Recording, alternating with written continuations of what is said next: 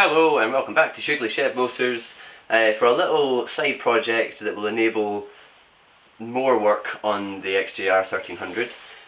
So I don't know if anyone out there has ever considered, making your own tools and things like that to be the sort of additional step to crafting and creating, and it's something I find in particularly really satisfying.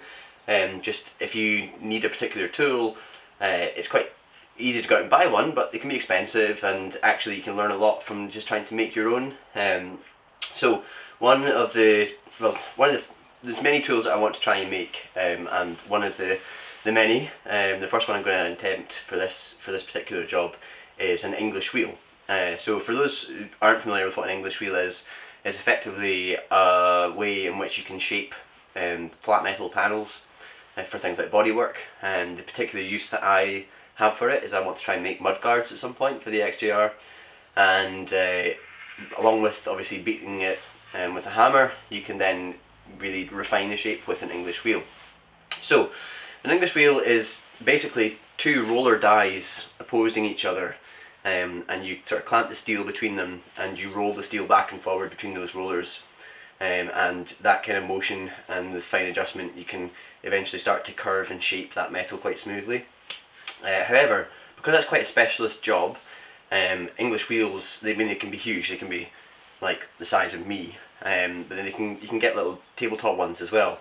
But even the tabletop ones are really expensive, and the big ones are crazy expensive, not to mention take up a load of space. So I was having a look on YouTube the other day, and I came across a video that I will link just now, and basically this dude made a really good job of making his own vice mounted English wheel, just for little jobs, and it looked absolutely right up my street and the perfect kind of size for what I need, because basically I'm not doing like car body work or anything like that, I'm just doing a couple of mudguards, so this would be perfect, and like I said, it wouldn't take up a bunch of space in the workshop either. So he made it from an old G-clamp, so I didn't have any G-clamps that were kind of big enough or really spare to sacrifice, so I went on eBay and had a look for the biggest G-clamp I could get, and I ended up buying this absolute Goliath.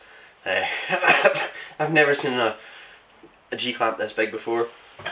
That's the thread for it, but I mean, quite literally you could clamp my head any which way you want, and so I reckon this will do the job. It's perhaps a little bit overkill, but hey, maybe it means I can roll out some slightly bigger steel in the future. Either way, this is what I'm starting with. The plan is basically to have an adjustable piece at the bottom and a fixed piece at the top that holds the dies, the wheels, so you can have the fixed one at the top, put your steel in, and then tighten the bottom one onto it, and then start rolling your steel between it. So first things first, I need to make up the little cradles that will hold the dies. I need to make up the dies as well, and then I need to position it all and get welding this and fabricate it all. So yeah, let's get started.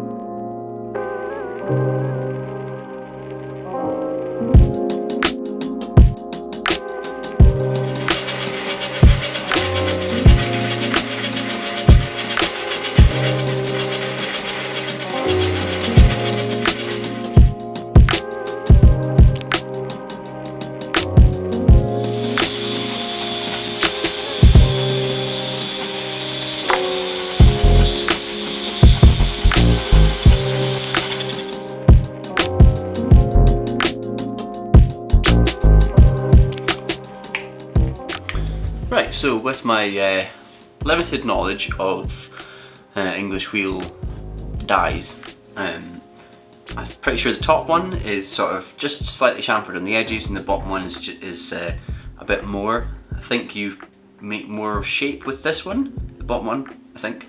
Don't quote me on that, but I'm pretty sure that's right. Either way, let's try it out. Let's have a look.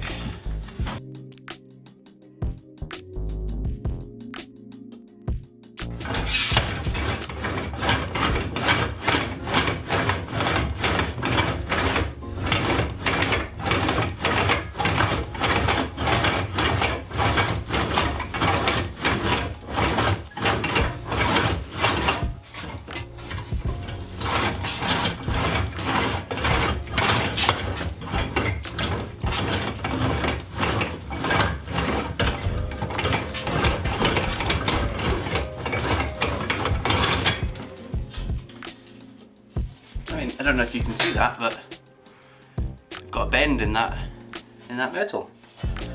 We have a curve in it's like 1mm steel. That didn't take long at all. See that? So obviously with a bit more time on the wheel, you can get more of a curve, but I'm pretty pleased with that.